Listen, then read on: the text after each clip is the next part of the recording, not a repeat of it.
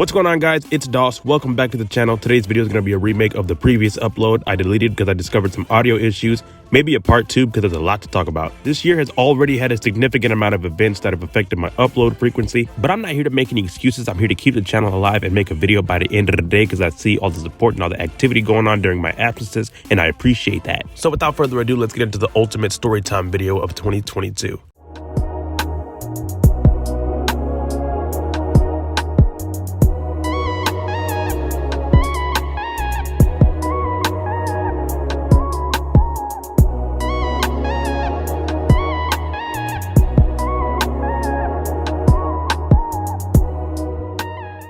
I know I've always said 2020 has been the greatest year I've ever lived, but 2022 has definitely been the most eventful, if that's even a word. Like the loss of multiple loved ones, reuniting with family after 10 years, in and out of jobs, friends coming and going. But that's not even the half of it, so I'm gonna go ahead and give you guys a little backstory on what my life has been like living in Texas. Way back in the day, there was a year called Y2K, February 21st. I was born in California. Life seemed to be fine since we already had a house, but about a year and a half later, mom and dad decided it'd be a good idea to stick with grandma and my mom's mom since she was the main one taking care of me and my sister because my mom and dad had full-time jobs. My grandma wanted to move out here since it was closer to her hometown in Arkansas. So in 2001 or 2002, we landed in Terrell, Texas, then eventually Garland and Mesquite, then back into another house in 2006 in DeSoto. By that time, grandma was back in her hometown living the life she wanted and deserved. Me and my sister were still in elementary and mom and dad weren't quite getting along as well. So in 2008, they split up. Everyone moved out of the house. Dad found another house closer to Dallas, but still in DeSoto. And mom found a spot on the west side of Dallas. I can't remember about my sister, but by that time, I've been to 3 different schools. I didn't mind though because 2008 was actually a really cool year for me. I didn't start remembering anything until 2004. So when I took 2 road trips that summer, one with mom and one with dad, to see both sides of the family, it was incredibly beneficial. First part of the summer, I took a bus road trip to California, about 2 days and a half to go meet my mom's side of the family, which was amazing in California. And the second part of the summer, I went to go take a road trip with my dad in my dad's truck. My sister came along on both road trips as well. I forgot to mention that. To go see my dad's side of the family, which was incredible as well. Really awesome. Back to the years though, late 2008, introduced to my third school in 3rd grade. Me and my sister pretty much stayed with my mom while my dad would come pick us up every now and then. So we went to school in Duncanville, but lived in Dallas. This was also the last school me and my sister would go to together until high school. It didn't take long for us to evolve to a better situation, and that was for 2010. We moved to some apartments in Irving. New location, which means I was introduced to my 4th school for the 4th grade. Swapping schools every other year prevented me from having friends. 2010, I had my first man teacher, still have one of his ties till this day. In the summer of 2011, I met the OG Turner in a recreational center in Irving. I hated school with a passion, and I hated the little events my mom would volunteer me in the summertime, but it was worth it because I met the OG and I still know him, talk to him till this day. Next grade level, I stayed at the same school. On the first day of school, it's elementary, so you know how parents walk all the way up into school, all the way up in the classroom to drop their kids off. Classroom was looking halfway full. Suddenly, Turner's mom walks through the door. I'm like, that lady looks familiar. Then Turner right behind her, he pokes his head through the door. We connect eye contact and disbelief. Let's just say that's one of the fastest school years I've ever had because the whole class had so many roasting sessions. We built up enough tough skin to go against the universe. Yeah, I remember the math teacher used to roast the shit out of us. Me way more though. Anyway, because he never thought we would do our homework. But we proved his jelly bean head ass wrong and we graduated from that school like a bow. Speaking of OGs, it wasn't until late 2013 until I met Terrell for the first time at the Parks Mall. The summer of 2012, we moved into the house that hosts all of my car detailing repair videos. Pretty much after that, the years started flying by. In 2013, middle school was finally in session through early 2015. Then introduced to my 8th school was high school, spent all 4 years there. Then made it through high school, which was late 2015 through early 2019. As far as job history goes, it's a little more complicated than you may expect, so I'm not going to go into full detail. But let's start off with my first 401k tax return type job, Studio Movie Grill, aka S&G. It's a movie theater that serves drinks, food, like actual food, not just popcorn, and alcohol as well. I was hired April 2018, then left March 2019. $6.50 an hour, but it was still a great job to have while I was in school. Let's just say a regular check was about $220 every 2 weeks. It was a type of job that was incredibly fun, but the more friends that would quit made me want to as well. So I hopped over to Domino's as customer service, one of the worst jobs I've ever experienced. 2 training days in some weird far location. Then you went to an actual store for about 4 days. Then you went to the actual store you applied for after that. Like I said, it was terrible. I couldn't stand to take people's orders over the phone or even talk to them in the first place. So I quit like the 3rd day. Also forgot to mention SMG. One of my friends was already working there. And Domino's, I just walked in. I wanted to apply for a delivery driver, but I went ahead and did the customer service because I felt like it would be easier, and that is definitely not the case. Anyway, about a week and a half later, I'm sitting in class wondering what other jobs are close to home, and I found this place called, well, I'm not going to shout them out, but I applied for stalker. So basically I was just stalking the store, which was sold a bunch of tools for the most part. The pay was terrible, $8 an hour. So a regular check was about $420 every 2 weeks. Terrible. And the work was pretty stupid. They expected me and another guy to unload 2.5 18-wheeler trailers a week. Ridiculous. And the stuff that was on the trailers was already overstocked in the building. So it was like, it didn't even make any sense. It wasn't no point to do that because the warehouse in the back of the store was overloaded with stuff that was already overloaded in the store. Ridiculous. So I was hired at that tool equipment place as a stalker on April 20th, 2019. Then left about 3 months later, like right after I graduated high school. Obviously, by this time, I'm thinking a lot smarter about where I wanted to apply next and what I wanted to do. So I pieced two substances together in my brain. I'm a huge Ford fan, and I love to wash and detail cars. So guess what? After hundreds of back and forth emails and 3 interviews at a Ford dealership with the service manager at the time, managed to land my first job at a dealership, hop right on the Ford team, get hired as a detailer for $14 an hour, except they started me off as a car washer, which I really didn't mind, especially after being there long enough to realize the detailers were doing 3 times the work, but only getting paid about $1 or $2 more an hour. I was working in a garage alone, big enough to fit 3 vehicles, so obviously every day I was washing my own. Sometimes I'd bring a friend to scrub theirs down as well. About 3 or 4 months after initially hired, they wanted me to move up to detailer, but I said, no, I'll stay right here in this garage by myself and stay doing the easy work pretty much. I didn't really tell them that, obviously, but I stayed a car washer because, it was better. Terrell would sometimes come to visit me at that Ford dealership so he can get a free detail real quick. We had some funny moments there where we almost got caught. This was also the dealership where I financed my first car. It wasn't my first car, but it was the first car I financed by myself. It was a brand new 2019 Ford Fiesta, heavily discounted $5,000 off the MSRP.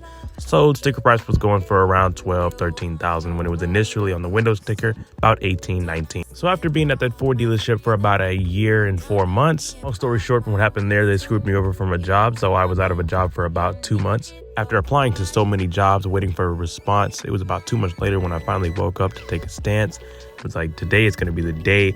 I'm done with this. I'm done waiting for a response. I'm done. I'm going to get a job today. So I visited about 7 dealerships that day, pretty much asking the same questions if there was any positions over. I knew they were going to tell me to apply online anyway, but I felt like in person was more of an engagement. It seemed like there was no luck by the time I got to the 8th dealership. Service manager tells me, we don't have your positions, but we can give you a call when something becomes available. Assuming it was Cap, I left my name and number anyway since I've already done it with 3 other dealerships that day. I was on my way home in disbelief, but just as I was coming off the off-ramp, I was getting a phone call. Turns out it was the last manager I spoke with. My man asked, are you still in the area? I said yes because I had a really good feeling about what he was going to say next. He said, come on back to that office you were just at. And I was like, sure. I returned to that office. He was in there with another manager from a different dealership, but owned by the same people. And he pretty much just put a new sales porter position job right in my hands. Really cool manager to the point where he'd let us get 40 hours of overtime, even though it was only $11 an hour. So a regular check would be about maybe $1,100, sometimes $1,300, even though we really were supposed to be getting $800 or $700 actually with $11 an hour. And I was in disbelief and glad at the same time. All that hard work that day really paid off. After that job, or I should say company to keep it short, because I actually went back to that original dealership to work as a service porter. And the service porter was $12 an hour, so a regular check would be about $850 every 2 weeks. I worked as a sanitizer for Dallas Area Rapid Transport, basically focusing on cleaning the interior of the buses. I was traveling triple the miles one way for that job, but at least when it comes to hourly, I was actually getting the highest rate I ever had. It was $14 an hour, so a regular check every 2 weeks would be about $920. Got hired May or June of 2021, I can't really remember. Meanwhile, being a sanitizer, I applied at another dealership for a detailer position because I just couldn't resist the dealership life. Got hired for the detailer position late that summer. I didn't apply at the dealership because I knew the sanitizer was a temporary position, but I didn't think it was gonna end as soon as it did. So the sanitizer position ended December 2021, so I continued the detailing full time, $16 an hour, so a regular check was about $550 every week. Vowing I would never go into customer service again, the temptation was real. After so many salesmen would drop a sold car off and talk to me like, why aren't you a salesperson? You look like a salesperson. To be honest, I was the only piece of diversity back there, if you know what I'm saying. So it took about 2 months and a half for me to actually build up the courage to engage. Not a bad career to proceed, but it was definitely the wrong dealership, building, location to start at. The experience working as a salesperson for this company was so bad. By the way, they got rid of all my detailing buddies in the back because they hired a third party. And I'm probably going to be exposing them sometime soon, making a separate video on how terrible it was working for this company. Like, I'm going to just say this. My last day was one of the managers pissed because I was 2 minutes early and that wasn't good enough. I was like, all right, just go ahead and walk out on him. Prick. I became acquainted with this Green Pea old school. He was new to the company and location. On his second day, after I gave him the full inside scoop on exactly what goes on around there, he immediately realized it wasn't gonna work out. This is not the regular honest dealership that he's used to. It's actually a bunch of criminals. I was already on my way out getting ready to toss the computer across the desk type situation. Like, wait, I'm going somewhere better. I want you to come with me too. I had my doubts, but I stuck around because why not? Boy, was he right. I believe he put me on with the best job I can possibly secure in the state of Texas. Just to say, now that the rain and all the clouds have passed by, I finally made it to probably the best job I'm gonna have here in Texas. I'm at a Cadillac dealership now, not really a salesperson, but sort of kind of like it, almost, not really, not yet. Reason why is because of what you're looking at right here. I'd rather keep me at the hourly position I'm working now, which is still fine with me because I'm making way more than I ever did at any job, until this $21 million new building and location project is done in December. But the hook is I won't even get to see what it looks like when it's finished. I'm only smelling the metal pillars like lead. In all seriousness, though, it does kind of eat the bottom left half of my heart because this really is the best job I've ever had in the state of Texas. And just to leave it like this is a little bit, shaky. But I want to thank Old School for that. So if you're watching, man, I appreciate you on this. All right. So now that the work history is done, I can give you a quick rundown on all the vehicles I've had. I've kept every single license plate from every vehicle and every single window sticker from all my new cars. So I'm going to hang them up on the wall one day. My first vehicle was, of course, the pristine Ford Ranger that's been featured in a lot of my videos. Had it since first semester freshman year, so late 2015. Still got it, of course. It's not going anywhere. My second vehicle, meanwhile still having the Ranger, was kind of like a hand-me-down. I paid my mom $800 for her old SUV. A 2004 Kia Sorento. This thing was also featured in a lot of my videos, but RIP to that because I sold it since the problem in the engine, not really sure what was leaking, but it was smoke coming out the top. And the way that engine was built, it was incredibly complicatedly annoying to try to fix. Plus everything else was breaking, had a lot of miles. It was pretty much RIP to that SUV. Also RIP to another one of my vehicles that I had. This was a 2010 Nissan Altima. Meanwhile, having those three older vehicles, I was also financing brand new vehicles because I was having a hard time trying to figure out how to establish my credit. Did that all by myself, and I've been financing brand new cars ever since. $1,600 down. It took a little while for them to actually get me approved, but that was my first time financing anything, and that was the car that established my credit. I had that car for about 8 months and then traded it in for my black Dodge Charger, which was also featured. I believe all my vehicles were featured on some type of video. I had that black Dodge Charger for about a year and a half. Ended up trading that thing in when it was about 2 years old, and it had 3,000 miles on it, well taken care of. Babied the crap out of that car, threw those 20-inch wheels and put straight piped exhaust, made that car look and sound great. Traded it in for another Charger. Just had a little bit more features, leather, stuff like that. I'm not exactly sure why I did that. I didn't have that silver car for too long. I went ahead and upgraded to a truck. It just made more sense simply because it was the cheapest new full-size truck option on the market. This is my 2022 Ram 1500. As far as further education goes, I'm a little bit more focused on being an entrepreneur and having experience, so we'll leave it at that. My romantics, they're all hopeless. That's why I blast one of the greatest songs ever made, Hopeless Romantics, at least about 17 times to reminisce about each and every time I wasted time, energy, and money on these.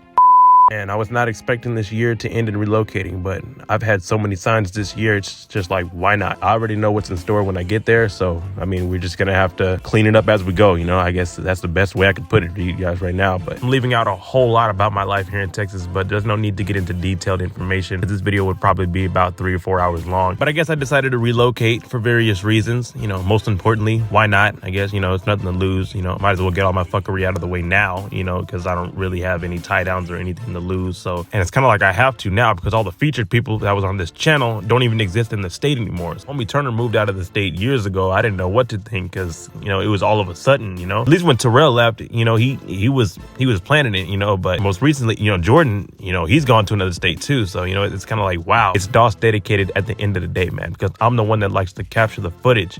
Because every day is a blessing and every moment is a gift. I just wanted to sum it up for you guys real quick. I want to thank you guys for all the support and all the awesome feedback on this channel. Stay tuned because I got all kinds of new equipment. I hope y'all enjoyed this video, man. It was long enough. Thank you so much for watching.